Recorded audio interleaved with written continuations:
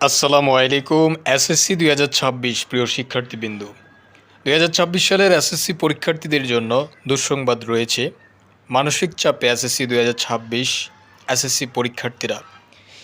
এই নিউজটি দেখো, নতুন সিলেবাসে ১ বছর পড়াশোনা করে পরীক্ষা, হঠাৎ সিলেবাস পরিবর্তন, বই পেতে দেরি, কারিকুলাম পরিবর্তনে যথেষ্ট সময় দেওয়া দাবি।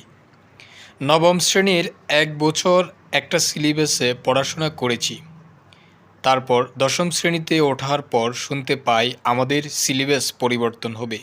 নতুন সিলেবাসের বই পেতে ফেব্রুয়ারি মাস পার হয়ে যায়। সর্বশেষ কিছুদিন আগে আমাদের এসএসসি পরীক্ষার সিলেবাস প্রকাশ করা হয়েছে। বছরের শুরু থেকে এক ধরনের মানসিক চাপ পেলাম। কথাগুলো বলছিল রাজশাহী রিভারভিউ স্কুলের ছাত্র সামিন চন্দ্র, ছদ্মনাম তার। সে ওই স্কুলের দশম শ্রেণীর মানবিক বিভাগের শিক্ষার্থী। ২০২৬ সালের এসএসসি পরীক্ষায় অংশগ্রহণ করবে। হঠাৎ সিলেবাস পরিবর্তন হওয়ার শুধু সামিন নয়, লাখ লাখ শিক্ষার্থী নানা ধরনের মানসিক চাপে ভুগছে।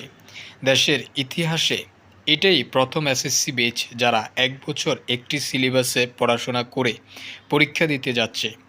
এসএসসি পরীক্ষার্থী শামীন আরও বলেন, আমাদের বই পেতে দেরি, সিলেবাস পেতে দেরি, কিন্তু পরীক্ষা হবে সঠিক সময়ে। এত অল্প সময়ে এত বড় সিলেবাস পড়তে হচ্ছে। হঠাৎ করে সিলেবাস পরিবর্তন হওয়ায় অনেক বেশি দুশ্চিন্তায় ছিলাম।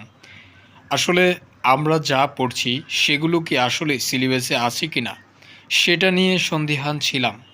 সর্বশেষ জুন মাসে আমাদের সিলেবাস প্রকাশ করা হয়।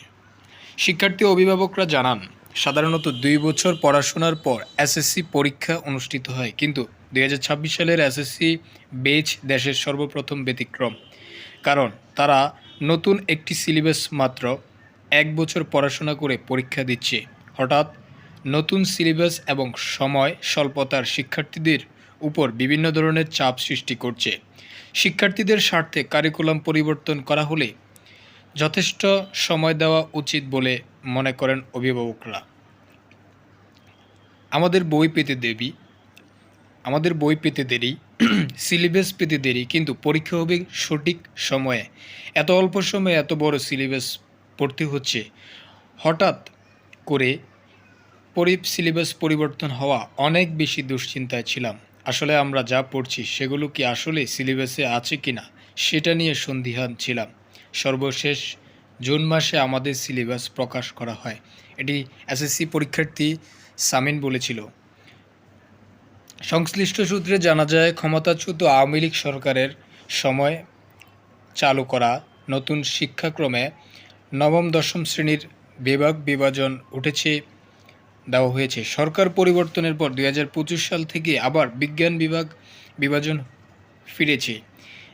সে ঘোষণা অনুযায়ী বিভাগ বিভাজনের ফিরিয়ে এনে ২০২৬ সালের এসএসসি পরীক্ষার জন্য সংক্ষিপ্ত সিলেবাস, প্রশ্নের ধরন ও মান বণ্টন প্রকাশ করা হয়েছে।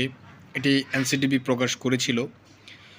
সো এই ছিল তোমাদের সর্বশেষ আপডেট। পড়াশোনা, পরীক্ষা, নিত্য নতুন সকল আপডেট পেতে আমাদের সাথে যুক্ত থাকো। সবাইকে অসংখ্য ধন্যবাদ।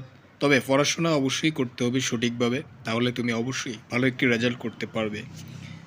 এটা নিউজটি প্রকাশ করেছিল ঢাকা মেইল।